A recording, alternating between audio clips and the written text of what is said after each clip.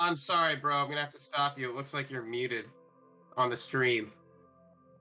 Yeah, Son of a that's bitch. that's Son what of chat a is saying. bitch. Pretend just that just it didn't happen. for the YouTube All edit right, right hold here, on. we're just gonna go.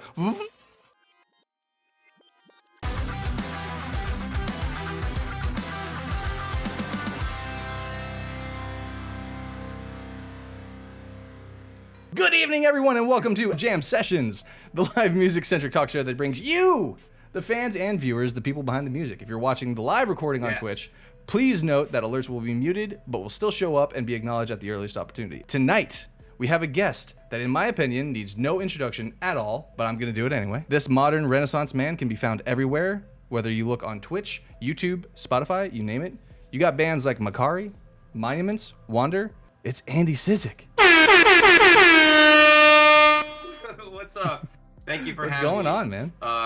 Good to be here. Not much, man. Just you know, waiting for tour to start. I've got a tour coming up in a little more than a week, so I'm anxious to get out there on the road. We are going to have a fun little show here today where we kind of take a deep dive into who is Andy Cizek. We're going to figure out where he came from, where his musical ambitions came from. Starting with our musical beginnings, an intro to music. What was the first artist or band or first, few artists or bands that really got you started into the realm of music? When I was growing up, it was a lot of classic rock, Led Zeppelin and Rush, which I always talk about being like the first few bands that I heard. But I think when I got into rock, it was like Green Day, and My Chemical Romance, and Good Charlotte, bands like that. Eventually, that evolved into. I'm trying to think of like Hoobastank. I used to listen to a lot Stank as a kid. They had that one song, "Crawling in the Dark." I love that song. And then it was like Breaking Benjamin, Avenged Sevenfold, Atreyu, The Devil Wears Prada, Parkway Drive, etc. until I descended into the depths of metalcore and never returned. It definitely started very light for me as well, and just kind of just trickled down from there. It's a very common story, I'd say, for metalheads like us. We got the beginnings. We got the musical beginnings there. So now we're getting into school time. We got the school dance bangers. What were a couple of songs at the school dance that you're like, all right, I got this, guys. I'm about to, get the hammer dance going. Let's. Oh yeah. Honestly, bro, like someone like me, I was just a wallflower. I didn't get up and dance for any song. I was just like, I can't do it. Snotting out my nose and crying internally. But if I did have more charisma as a young middle schooler at the dance, Helena by MCR, I remember being played at our 8th grade formal, and I was, in my mind, I was rocking out. But no, I had a very awkward slow dance with my date to something really bad, probably like a John Mayer song. Not that John Mayer is bad, but some of the hits, you know what I mean? So MCR, Helena, or Crank That, Soldier Boy, Final Answers. So I grew up in Waldorf, Maryland. And I was actually surprised they never played any of that. But what they did play was Thanks for the Memories by Fall Out Boy. Oh, they really? And that one, because I was the same way. Dance. Whereabouts did you grow up? Frederick, Maryland. Oh, okay, so you're also Maryland. And I've lived in Maryland most of my life, besides living in Florida for a while. But yes, Frederick is a great town. This is one thing I didn't prep you for. I'm gonna have a series of random mystery questions through this. So, restaurants. Right. What is your number one favorite restaurant? I'm not talking fast food. I'm talking about like you got the night out. You got some money in your pocket. God. Where are you going? What you getting? I don't really know. I never think about this sort of thing. I'm so used to eating poorly. I love Mexican food though. And there's a place in downtown Frederick called Cizek. I think that's how you say it. And I really like it. They have the best chips and salsa. Enchiladas are great. and I'd give it an 11 out of 10 experience. It can't be that bougie though, because like I don't think I've ever really been to like a super high class restaurant, but Cizek Mexican food, that's my shit. Shout out to downtown Frederick. I love Mexican food. I could. Oh yeah, That's like the one thing for I like me where it's just like, spicy and hell yes. The spicier the better, yeah, I in love my spicy opinion. foods and jalapenos and yeah, I don't know. It's usually my go-to. I love all types of food, but I think Mexican food is probably my favorite genre of food. Besides like a classic pepperoni pizza, which is like it's so basic, but it's my favorite thing. I can't live without it. Let's see here. We got our favorite movie or video game soundtrack. I added potentially a video game soundtrack because I saw Majora's Mask right there. Sure. So I thought Yeah, maybe gaming, you might pull something better from that rather than movies. Honestly, you're right, because I can't think of my favorite movie soundtrack. Like by default, I'll say Spider-Man 2, like Sam Raimi's Spider-Man 2. I thought I had a really kick-ass soundtrack. And then for games, maybe Final Fantasy X. Okay. I love the music in Final Fantasy X. Just so sick. All right, moving on. We got RWND music. Do you have any songs? Now, this is a weird one for a lot of people because a lot of people like, I love music. I would never like hate on a song and stuff like that. But what is something that got kind of annoying to you after a while?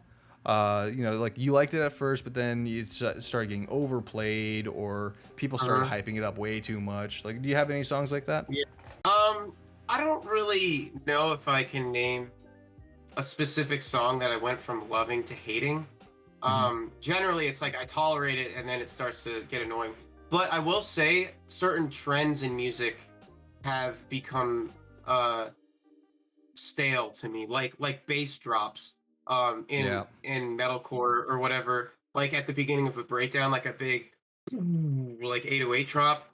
When that started getting popularized by like Joey Sturgis and Cameron Mizell, like I was like, I love it. It's so cool. It makes everything heavier. It's fucking sick. Bass drop everything.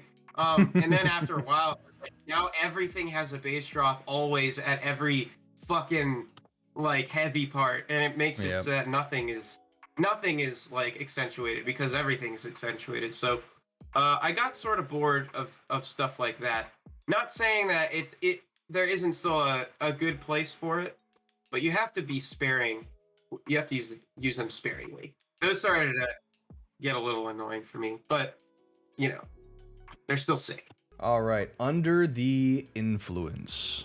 What artist or band influenced your choice to pursue this style of music? Which this is going to be a fun one to me, considering your broad spectrum of music that you do. Going from like Macari to like Monuments. Yeah.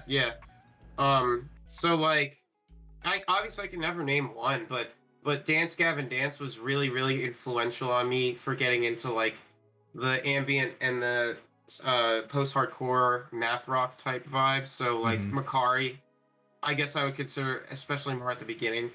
That's how I got into that sort of music. And then if we're talking about like prog metal, I'd say Periphery was the band that initially made me want to like get into prog music and sing in a band like that. And then I gotta name The Devil Wears Prada for metalcore, for like Termina and stuff. Because they were the first, besides Atreyu, I think, the first band that did that back and forth screaming to clean vocal soaring ambient parts, back and forth, and I loved it. And I was like, I can't get enough. I have to be in a band like this. So yeah, definitely Prada as well. The more we talk about this is like, I could have sworn like if we were in the same high school, we probably would have hung out at some point. Like, that's one of those things. If I was fucking brave enough to introduce myself, hey, then so maybe. Dude, I was always like shy? walking through the halls. Yeah, I was that kid that was just like uber quiet, like listening to like heavy music or whatever, like through the halls, like they don't know, they don't realize like how dark I really am. um, dorky and shy and bad at expressing myself. Pretty much before I started getting into music, before I started to perform. Once I was able to do that and sing and come out of my shell, I think the confidence followed. But yeah, before that, I was just the silent and shy, strange boy. I suppose in certain ways, I still am. I Yeah. do want to ask. So, what kind of gave you the I guess the motivation to start your YouTube channel? Because I remember watching a lot of your like Yeah. tutorials and stuff. Sure, sure. That was because I was like trying to make it in local bands all the time as a young teen and failing Hmm.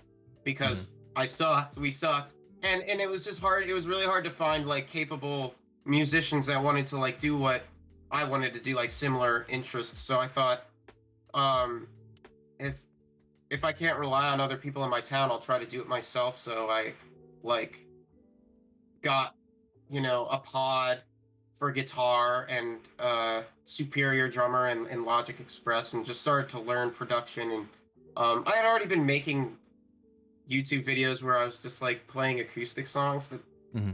you know, I don't think I took it seriously until I started getting into production. And I just wanted to get my name out there as much as I could and make it so I could demonstrate my artistic value or whatever you want to call it in a way that other people with similar interests would be potentially exposed to it, and then I could work with said people, um, and join some sick bands. I mean, that was the ultimate goal, was to find some sick musicians and join sick bands and tour and play. Like that was always the dream.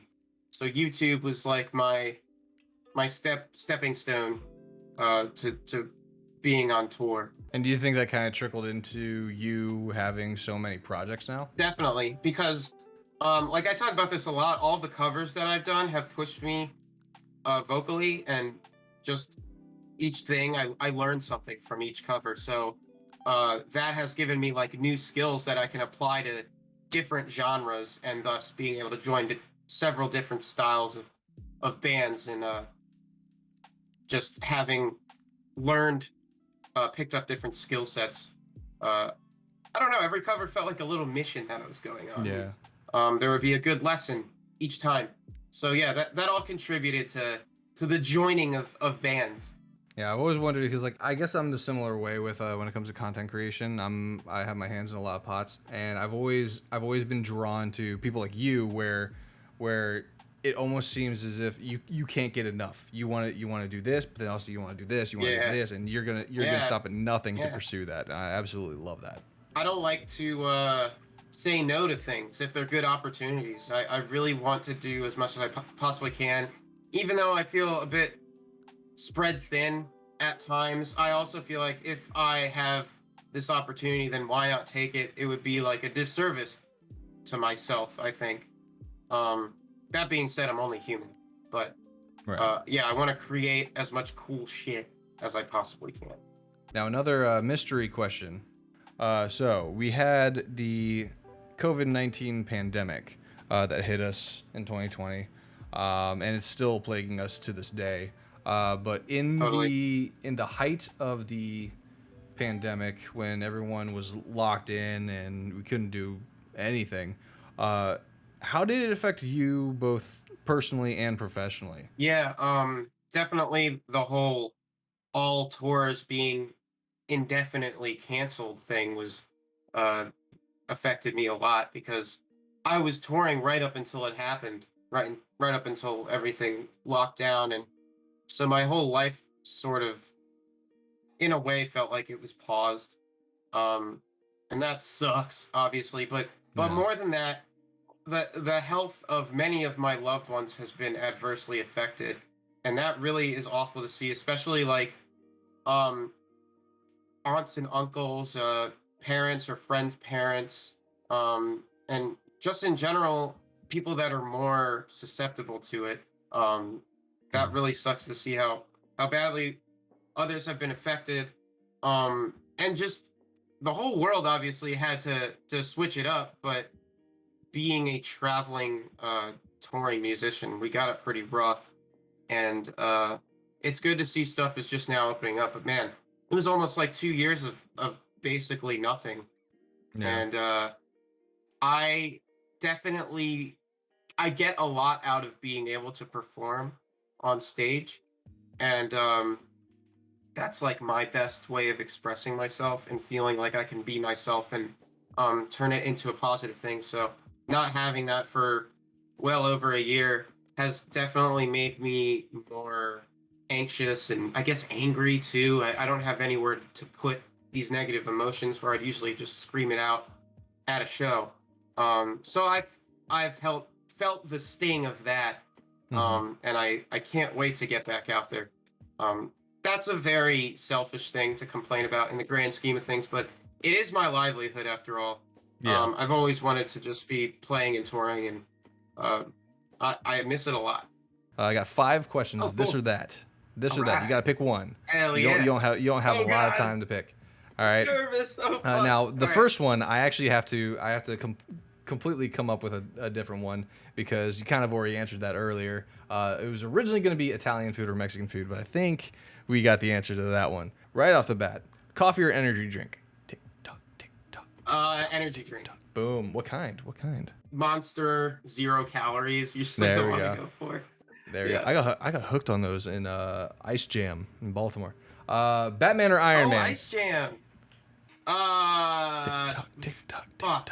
Batman, I guess. Ooh. Even though I like Marvel better. Yeah, all right. I am. Goku or Saitama? Tick tock, tick tock, tick. Goku, probably. Last one here. A night out on the city or Netflix and chill? Definitely Netflix and chill. There we I'm go. a homebody at heart. That Yeah. leads me into another man. little question. So, what have you been watching lately? Okay. I have been watching Attack on Titan. Okay. Let's see. I rewatch the same shows like all the time, so I'm always watching Futurama, or like Malcolm in the Middle is like one of my all-time favorites. I just always Oh yeah, that's a watch classic over and over at this again. point. My Hero Academia, I'm finishing up finally. Ooh. I've started Demon Slayer, but I'm not that far into it. Yu Yu Hakusho is my all-time favorite, so again, always watching Yu Yu Hakusho. Just I'm like one of those people that just likes to put on a comfort show and do other stuff. So, and because like then I don't need to fully focus my attention on something that I haven't seen. I can just sort of do my thing. Yeah. So it's hard for me to muster up the commitment to start a new show and be like, all right, I'm gonna focus on this. But yeah, I've been dabbling. I guess I just finished the first season of Berserk too, which is a Okay. really older one. That's on my watch list. Yeah, it's really sick. But yeah, that's about it. All right, so questions from chat. We got Taka. We got can Andy give us 3 words that could describe himself in terms of characteristics, feelings, mindsets? So describe yourself in 3 words. Oh man. Cynical for sure. Passionate, I guess. And that's all encompassing. I was gonna say opinionated, but I think passionate is like it's in the net of that. And idealistic, maybe, I guess. Okay. I'm gonna go with idealistic. I set my goals big and my dreams high. We got Platycat here who also has what have been some of your best and worst interactions with fans, or just your most memorable fan interactions? Oh man. Well, there's been a lot of, I don't know if it's like best or worst. I always like seeing people who are into like my other projects. Like I've been out with Monuments before and someone brought a Wander CD for me to sign, which I thought was just like really cool and personal because that band's like my baby. So I love that. I get a lot of really, really, really meaningful messages from people talking about how the lyrics are relatable for them and it's done something positive, or just the sound of music in general. It's really hard for me to pick one thing. I guess there was this one time when this kid kept insisting that he do a backflip for everybody at the merch table, and then he tried it and he like fucking ate shit. Oh It was, no. I guess that's memorable. But yeah, they're mostly good, mostly really good fan interactions. I can't think of any that have been like so horrible that I don't want to even think about it.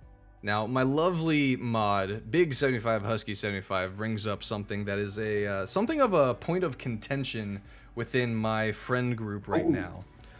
So I Interesting. want to know the McDonald's McRib, slaps The or McRib. trash? Ah! Oh man, I hate to tell you this, but I have never tried a McRib in my life. Oh! Never had it. But are you willing to Yeah. try it? Yes, I Okay. am. Like, I mean, it's not like I've ever gone to McDonald's and been like, I want to get a McRib. It's not gonna be what I choose. But if someone was like, you have to try it, I guess I'm not opposed. Is it good? Okay. Like, is So it on me the menu personally, still? I love the thing. I love it every time it comes back. You That's love exactly what I'm McRibs. getting. But Okay. we have a lot of I saw- people that just absolutely I saw a hate video it. one time that was like this girl at, she was like appealing to a court or something about bringing the McRib back, and she was very passionate about it. She like wrote a song about the McRib. So there must be something to it. Is that going to be your next cover? I guess so. If it's that good. Well, we'll have I mean- we'll have to get you a McRib and hope that you like Yeah. it, and then there's a lot of steps to making that Sponsor me happen. with McRibs. Yeah, I hope I like it, but I hope I don't like it too much, and I'll get the hunger for it, and then I'll just be Yeah. eating No, McRibs for the rest of my life. Yeah, it's definitely one of those things where I think it's a great little treat that McDonald's brings around every now and then. But I have treat. some friends out there that are like, no, this is trash. I would never go near it. I would never put that upon my mean, worst enemy. I'm just like, Listen, what? but have they had it? Have they tried it? Because like I can understand the concept of a McRib, like a McDonald's rib dish being bad, Yeah. but like you don't know till you try. It sounds gross. I'll give you that. Like it just Yeah, sounds definitely like it would be gross. I'll But I've get that. I've eaten gross shit. You know what I mean? I've like lived a life of Taco Bell. Now, we're going to end this with our last question. Your top 3 bands or artists that you've been jamming to recently that you feel need more recognition. Royal Coda is dope. Okay. You should check out Royal Coda. Oh, yeah. That's Kurt Travis's newer project. Origami Button is another cool band. Oh, yes. It's sort of math rocky. He's got such a sick, like, I don't even know what to call it. Just really cool characterized voice. Yeah. Yeah, I love the way that guy sings. Adventure, check out Adventure. Adventure. That's one I haven't Makari's heard. going on tour with in like a week or so. Adventurer and Coletta. Those are all like math rock sort of post-hardcore bands. Mhm. A Place in Time. You said 3 and I'm giving you like 80. I'm sorry. Hey, no, you go right ahead. I'm all for it. All right. Adventurer, Origami Button, A Place in Time. Okay, 3 very underrated bands that you should check out. Nice little session we had with our Yes. man Andy Cizek. Very sick. Great interview, and thanks to all you guys that watched. And hope you have a great day or night, whatever it might be. If you're watching the recording on YouTube and you've made it this far into the video, leave a comment down below with hashtag #JustJammin'. And if you enjoyed this show and you want to see more of it, please like, share, and subscribe. And once again, thank you so much for joining me. And I will catch you guys in the next one. Bye-bye.